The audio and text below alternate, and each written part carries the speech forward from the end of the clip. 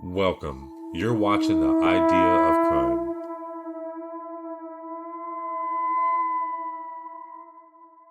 The rural heart of southeastern Brazil, where poverty, violence, and corruption often collided during the mid-20th century. One of the most feared killers in modern history was born on June 17, 1954. Pedro Rodrigues Filho, later known around the world as Pedrinho Matador or Little Pedro the Killer. According to multiple reports and interviews conducted throughout his life, Pedro claimed violence surrounded him before he was even born, alleging that his father brutally assaulted his pregnant mother during an argument, causing injuries to Pedro's skull while still in the womb.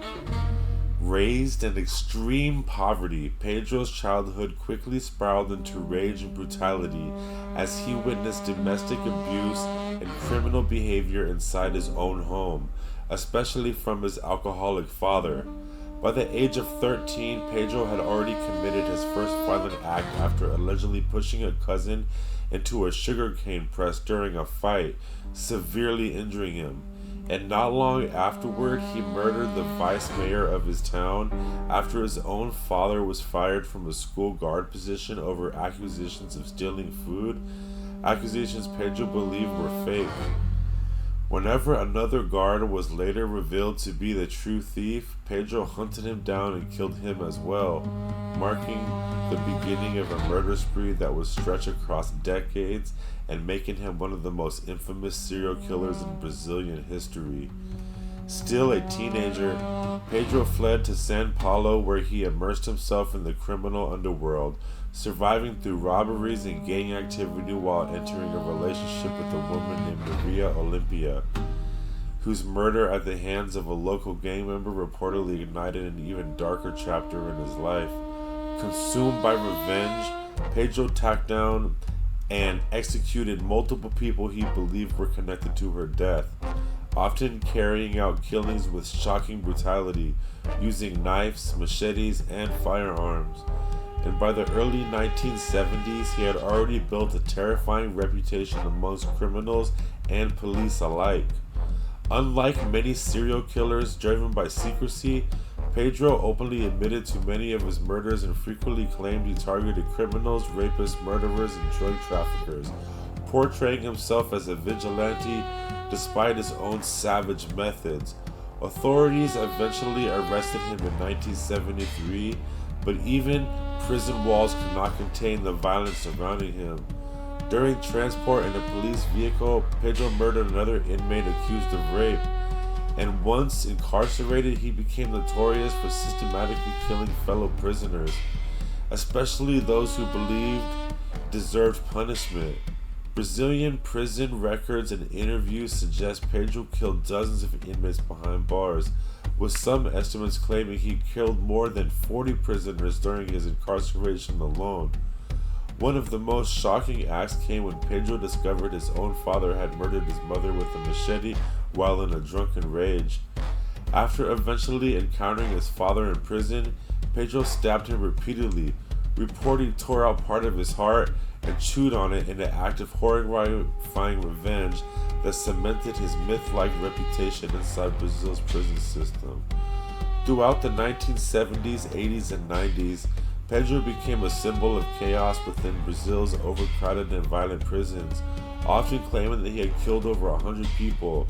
Though exact numbers remain disputed due to incomplete records, gang violence, and conflicting confessions, psychologists who evaluated him described him as highly intelligent, emotionally detached, and lacking remorse for most of his crimes.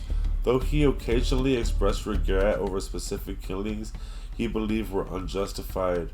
Remarkably, despite his admitted death toll, Brazilian law at the time capped prison sentences, and after decades behind bars, Pedro was eventually released in 2007 before being rearrested on riot and incitement-related charges. Then later released again, and in an unexpected twist that fascinated the public, Pedro transformed himself into an internet figure later in life, appearing in interviews and on YouTube channels where he discussed crime, prison life, morality, and his murders with a calm, almost controversial, conversational demeanor that deeply unsettled viewers around the world. Covered in tattoos and criminals, and repeatedly stated he believed he had delivered justice where the legal system failed, though critics argued he was simply a remorseless psychopath rationalizing decades of bloodshed. His life became the subject of documentaries, books, criminal studies, and international media coverage because of the staggering contradiction he represented. A serial killer celebrated by some of the Avengers, while condemned by others as cold-blooded murderer who normalized barbaric violence. On March 5th of 2023, Pedro Rodrigues Filho was shot and killed outside of his home in Mogi das Cruzes, Sao Paulo, at the age of 68, ending one of the most disturbing criminal stories in modern Brazil history.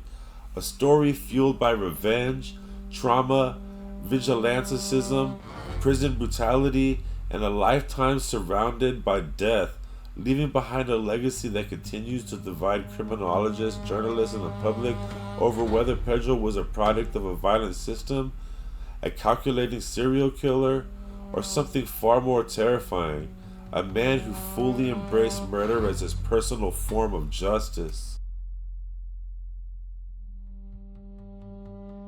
Pedrinho ex-killer, which is my patient and also an excellent friend.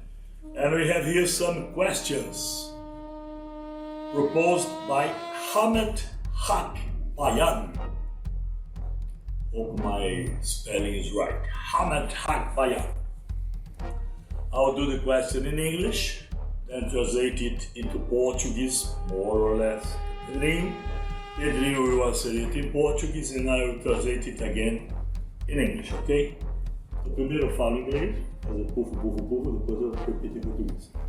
Dear Pedro, as we all know, your motivation for committing murder in the past is quite different from other serial killers. If I want to describe your reasons to committing murder or violence, I would say revenge. How would you describe this word after all these years in jail, till today that you are transformed to the different person with calm, nice and friendly behavior? Ele está querendo saber, ele acha você muito diferente de outras pessoas que cometeram esses assassinatos. E ele acredita que talvez você tenha estado numa situação de ter que defender a você mesmo ou realizar atos de vingança. Então, depois de todo esse tempo que você passou na prisão e essa sua transformação numa pessoa mais doce, mais calma, mais humana, o que você me diz disso? O que evoluiu do Pedrinho matador para o Pedrinho matador de corações? Então, veja bem, eu, antigamente, minhas ideias eram completamente diferentes. Eu era uma pessoa, eu não confiava em ninguém, revoltado, tá? E também não matava ninguém de graça. Eu matei porque eu era necessitado. O que eu crime antigamente não era como agora. Na minha época, o quê? Errou, morreu. Se esse negócio está esperando meio tempo, não errou, morreu e tá tudo que acabou. Então eu tive que defender minha vida, ter meu corpo tudo guardado de faca, cortado de faca, boca, as costas, tá? E pra gente se defender, entendeu? Você chegou a levar tiro também? Levei 7 tiros e uns de raspão. Opa, tem bala até no corpo ainda. So, Pedrinho is telling us that in his past, maybe to become a serial killer was his only option.